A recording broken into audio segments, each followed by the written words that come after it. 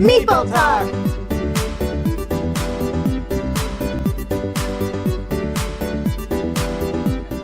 Hello everyone, I'm Stephanie. And I'm Adam. And welcome to Meeple Talk. So this time we're going to be talking about Machi Koro.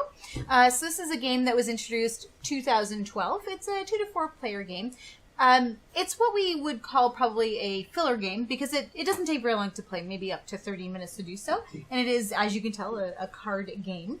Now, generally, the idea behind this game is that we all represent mayors of the city of Machi Koro, and we want to build the best city ever. So we start with a small plot of land, like a wheat field and a bakery, which we earn a modest income on, but we want to grow it.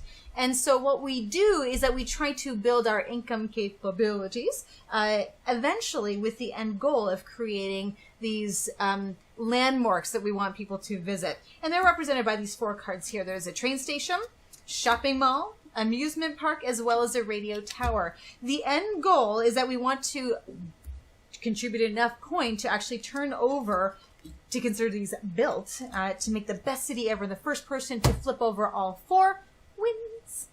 Yes, so the way your turn would work is you would start by rolling 1 die, and the reason they have 2 die, but you can only roll 1 is because the shopping mall, is it the shopping mall? No, it's not the shopping mall. It's a train station, I believe. I have them out of order.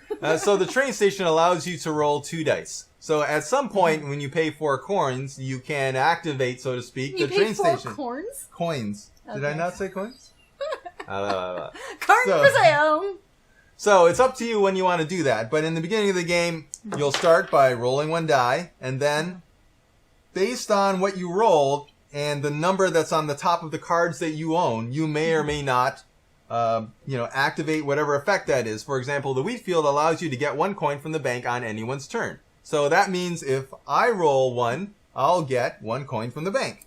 If Steph rolls 1, I will also get 1 coin from the bank, and if she has 1, she'll get 1 from the bank, and if anyone else rolls it, so this is an anyone rolls, you get a coin from the bank. That's the type of card it is. So all the different cards have different numbers, from 1 to 12, because you could roll 1 die or 2. If you roll 2, then the lowest number you can roll is 2.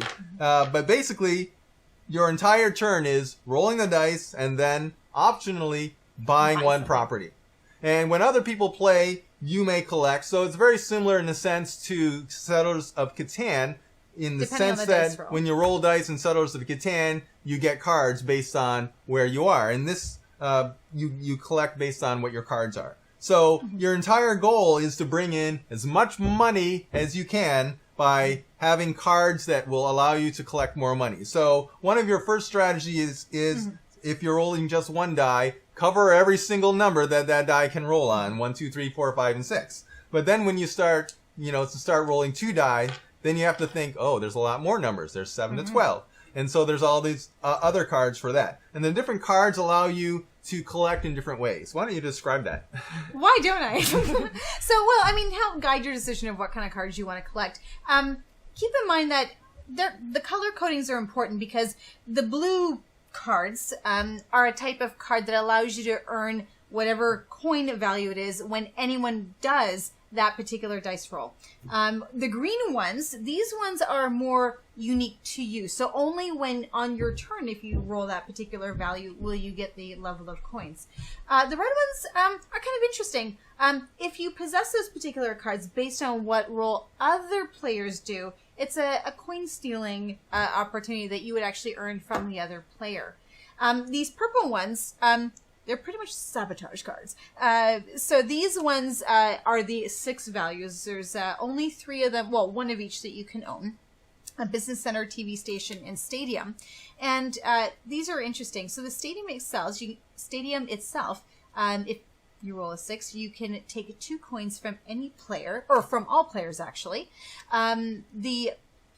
Here, another one, the TV station, you can choose 1 player and take 5 cards from that single player. And then the business center, you can trade anyone's one establishment, as long as it's not a purple one. You can trade anyone's single establishment for another. So if you notice that they're kind of building up a sweet little collection there, you can then sabotage that earning capability.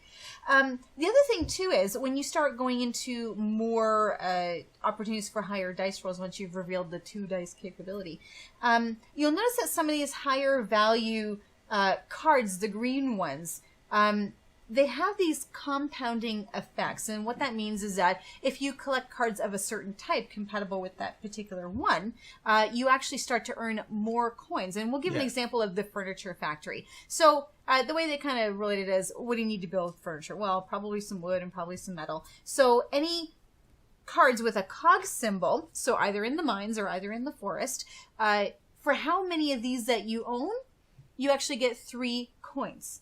Now, not only do you get coins for as many of these that you have, the more of these cards you have, then further multiply that earning capability. And that's why they try to balance it out of these types of cards being a roll on your turn only, because they can be pretty rich when they actually pan out. Yeah, let's give them a quick example of that. Sure. So let's say you just own the furniture factory and you just own 1 forest and an 8 is rolled. So then you'll get 3 coins from the bank because you have 1 forest. But let's say we have 2 furniture factories. So then we're going to get this 3 coins twice. So then we're going to get 6 if we have these 2 and this. Now let's say we have an extra mine and an extra forest. So now we're going to get 6 times 3 is 18. So if you gather a bunch of these and then that 8 is rolled, boy, the money sure starts rolling in. So there's a number of different how can I say, paths to victory.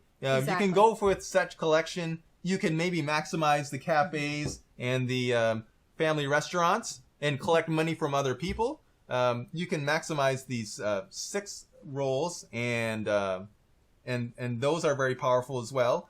Or you can just basically try and cover all of the different numbers, and in that way, no matter what anyone rolls, you're always going to collect something. Hopefully get something. So you can either slowly or get little money little by little along the way, or wait for a big payout, which is more risky, but of course you earn more. Now, the important part of that, and I really want to highlight, is that when you buy, whether it's an establishment or your landmark, you can only buy 1 per turn. And so if you wait for the big payout, yeah, you might feel like, oh man, I can buy everything right now. But because you can only do 1 at a time per turn, there are some instances sometimes where other people can still win because they started with more properties flipped than what you had initially, and they've earned enough coin to finish the rest, and by the time the turn order goes, they're still going to end up winning. So that's where you kind of have to balance, or maybe gamble. Try it and see if you get the big payout before anyone else can get their goals accomplished. Essentially, it's all a gambling game when you think about it. But you're not gambling with real money. Yeah. But what I like about this game, it's essentially, because we talk about it as being a filler game, it's short and sweet. The illustrations are cool. It's nice and lighthearted.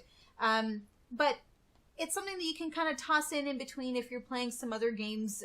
It's an easy one to fill, especially if you have a group and more than one game is going on at a time. Chances are one will finish before the other. So it's a quick little turnaround game. Also, too, because it's easy to learn and it's a lighthearted game, for those who are maybe new to board games, or if you have a group setting where there's different levels of skill set, this is an easy one to fill in.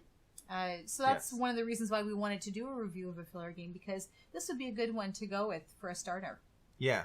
And we're going to be doing more reviews of filler games, but as far as this game goes, I find that it's really easy to learn, really easy to play, it's really short, so it's kind of a classic example of a filler game, and one thing I would I think it's a lot of fun. Yeah, but one thing I would say, if we're going to look at negatives, try to be balanced here, is that with the mega points in the compound capability, you might find that some people might try to take similar paths to victory, and you might find that certain avenues are more lucrative in the long run more frequently. So to try to balance that out, they did come up with a lot of... well, actually, there are new expansions out that try to enhance the basic game. And what was it? One was called The Harbor. Yes, The Harbor, and then there's a Millionaire's Row as well. So there's a couple expansions you can get to make the game a little bit more complex, but then it kind of loses its filler title. It becomes more of a full game, yes. But we may review those other elsewhere. This game itself, I think, is a good example of a filler game. It's fast and furious, and you have a lot of fun, and then it's over. And then you walk away. I like that. Done. But for that, I want to say thank you for watching. We are Meeple Talk, and this has been Machi Koro. Bye-bye. Bye-bye.